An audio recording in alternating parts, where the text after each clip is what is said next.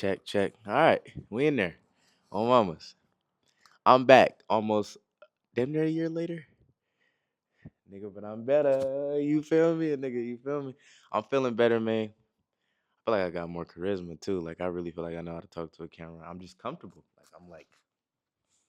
I'm in my element for real. You feel me? And it's like I got a lot of game to give now. A lot.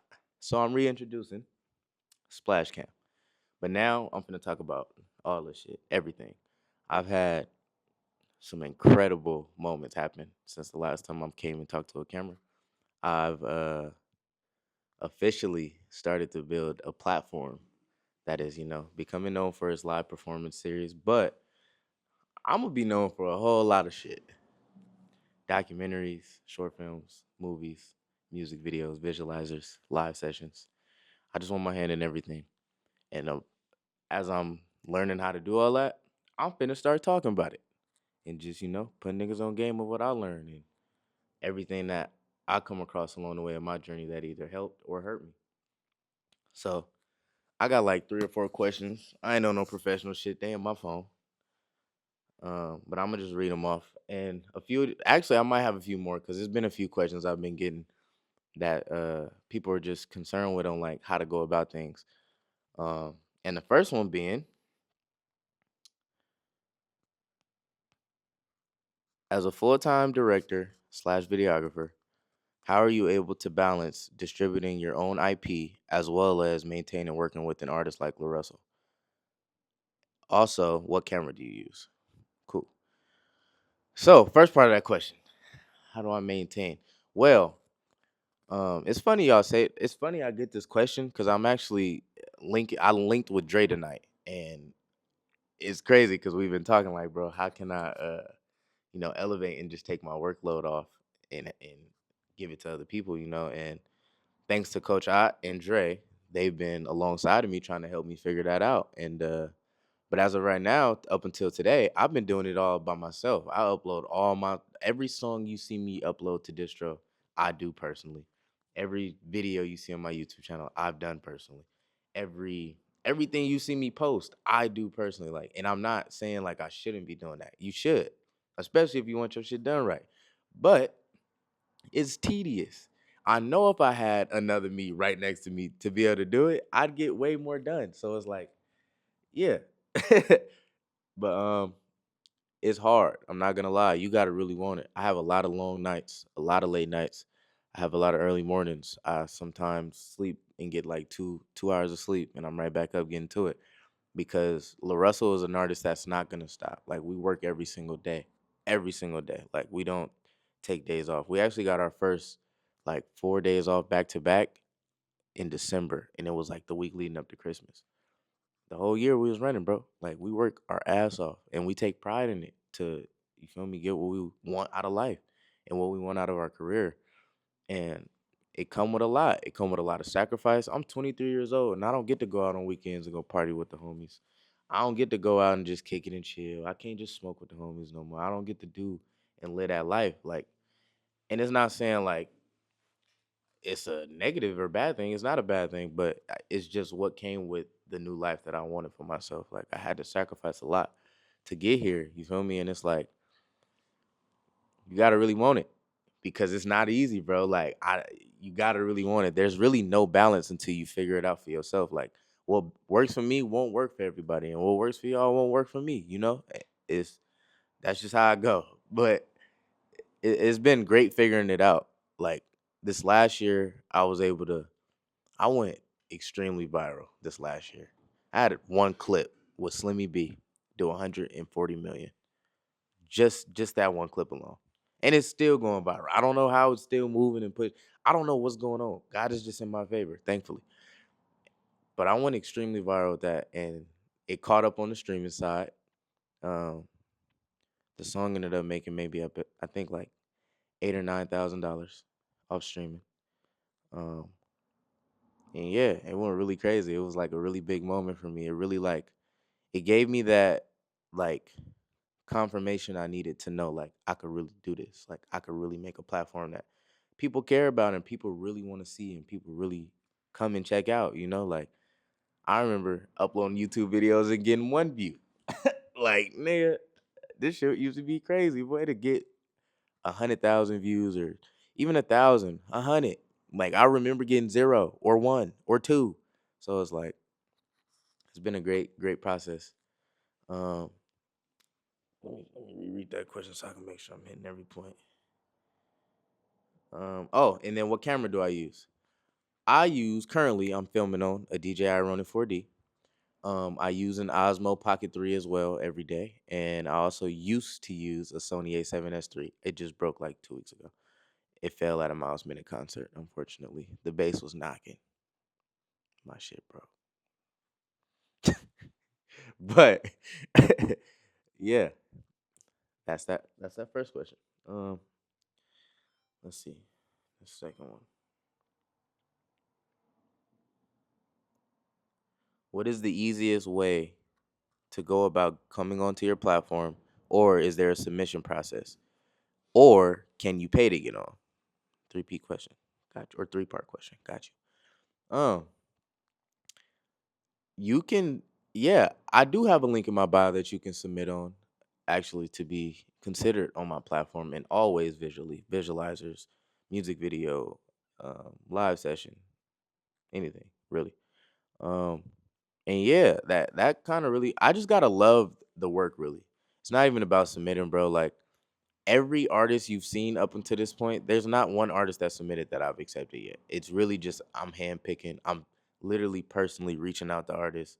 The band, the Yee section, they'll give me suggestions. Like, Clay has given me suggestions. Simon, everyone, Yasion, everyone kind of just they throw an artist that they love, and I trust their judgment and vision as well as they do mine. So it's kind of really like a hand picking process, and I really like to maintain that. Like, I don't plan on getting bought out and having to do what somebody else is gonna tell me I want on my platform. Like, I really want to shift culture. I have to shift culture because I have the ability to. I have the opportunity to. You feel me? I feel like I'm doing myself a disservice if I just shoot anything and anybody. Like, you feel me? Like, I really want Splash Bakery to stand for something, and it will stand for something because I refuse to just shoot anybody. I refuse to just let anybody pay to get on. You feel me? Like, I'm really trying to highlight the dope niggas, and it's nothing against anybody I say I don't want to work with. It's just, bro, I want to highlight what I love. You feel me? And that's just that. It's simple as that. You feel me? Like, it ain't nothing better than not having to rely on a nigga to come and hit you to work. You feel me? Like, building my own and having my own and having the ability to say no or yes is what keeps me going in these days, for real, bro. It's like, I'm working hard as fuck. You think the last thing I would like to do is sit back and have to worry about or wait for a nigga to come get me and book me. I'm trying to work, nigga. You feel me? Like, it's just the truth. I'm trying to work. I'm trying to shift culture. I'm around the most impactful independent artists of today's age. Like, I'm not trying to just sit around and just do nothing. Like, nigga, I'm trying to work with him, run this shit up, keep pushing our movement, and push another movement to help get the next generation of that, bro. Like, I, we ain't gonna have Lil Russell forever. Like, I won't be able to just highlight him. Like, I have to help build and cultivate the next generation of that, bro. Like, or hip hop will look exactly how it's looking in another 50 years from now. It's like, we watched the evolution go from having niggas like Snoop Dogg, Too Short, Dr. Dre, Richie Rich, Spice One. We went from having like really impactful niggas you wanted to be like when you grew up, Tupac, to now, like, what it is, what you see. And I don't want to, that's not a knock to nobody. It's just, we got to bring the real essence of hip hop back. Like, the real culture, the shit that made niggas really want to, grow up and do this shit, bro. Like, I'm trying to have my hand in that. I want to help cultivate it. Not to say I did it, but to really help hip hop. Like, nigga. So, yeah. I have one more question here that I would like to answer. And then after that, I'm good.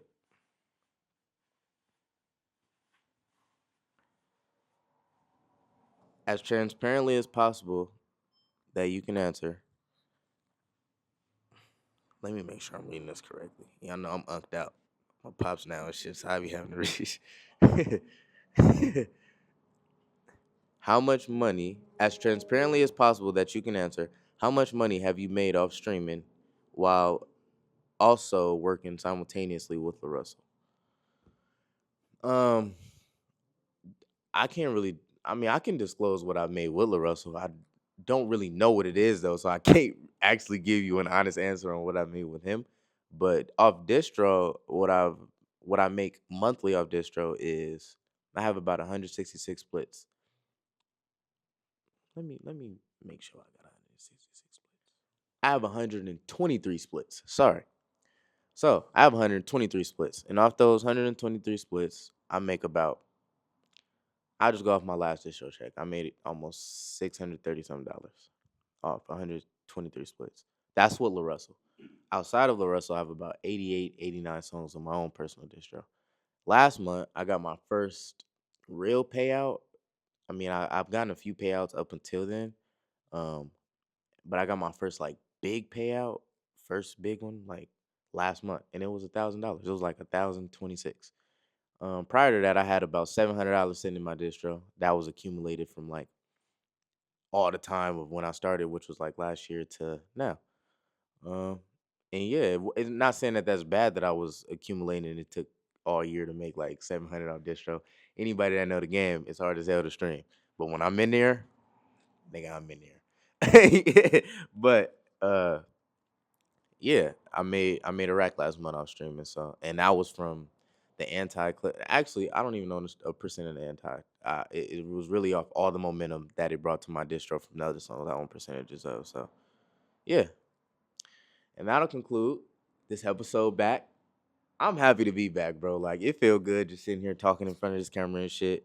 Nigga, we got Dre back here, my nigga. We today was a very good day for me. You feel me? And I was actually in the car earlier, and I was writing over and over to the end of the page. I literally wrote, "I will receive a six-figure distro deal this year," because that's one of my goals this year. And I didn't really even take the time to write goals. So I really should go tonight after I finish this and go finish out my goals. But that's been on my mind so much lately. And I don't know why or like if that's even gonna happen.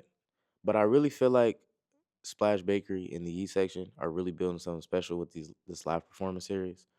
And who knows where it'll go. I don't know where the fuck this shit gonna go. But I just know I'm gonna keep doing them until I can't no more. You feel me? And I feel like along this process this year with the artists that I got lined up to come down and come work, I truthfully feel like I'm gonna get a six-figure distro deal. You feel me? And in my favor, that it's not the money that I'm chasing. I just want a really fair deal because a fair deal is in my favor. It'll help push this movement that I'm trying to, continue going. I really want to help shift culture. So that's on my bucket list. Not even bucket list. That's on my year list. Fuck a bucket list. I don't my bad. I ain't even mean to say that. But yeah, that's on my year list. I'm gonna get a six-figure distro deal this year. Nigga. All right. I'm out.